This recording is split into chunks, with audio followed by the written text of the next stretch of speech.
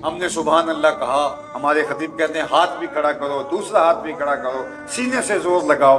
हमने सारी रात जो है वो शोर गुल भी किया और कहा कि हाँ हाँ, लेकिन सुबह हम दुकान पे बैठे तो ये यहाँ से जो बात सुनी थी यहीं छोड़ गए।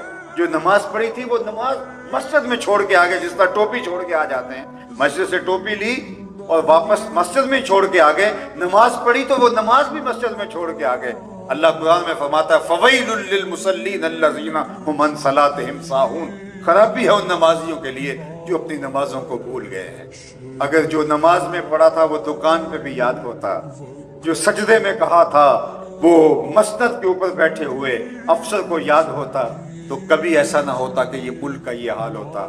ये हाहाकार मची है, ये लूट मार का बाजार गर्म है, ये लोगों की बोटियां नोच रहे हैं, ये लोगों का खून नचोड़ रहे हैं, रिश्वत का बाजार गर्म है, भाई भाई का गला काट रहा है, दुश्मनियां हैं कि फैलती चली जा रही हैं, मुआशरा है कि एक दूसरे को चाट रहा है, हमसाया हमसाये का दुश्मन है। आज अगर हम हुजूर के बताए हुए तरीके के मुताबिक अपनी जिंदगी को ढाल लें तो मैं कहता हूँ, देखिए मुआशरे के अंदर जो नेकी है वो अमल से फैलती है, हम कौल से फैलाना चाहते हैं। ये बात ज़हन में रखिए। अगर मैं अच्छा हूँ तो फिर मुझे देख कर लोग वो खैर की तरफ आएंगे।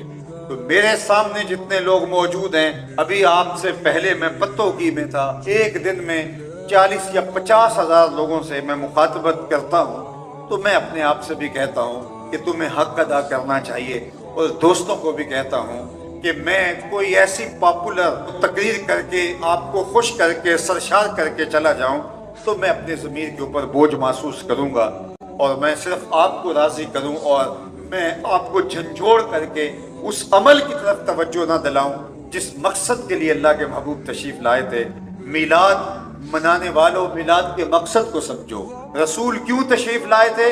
लोगों को किताब भी सिखाएं, हिकमत भी सिखाएं, लोगों के अंदर भी सुथरे करें, अंदर भी पाकीज़ा करें।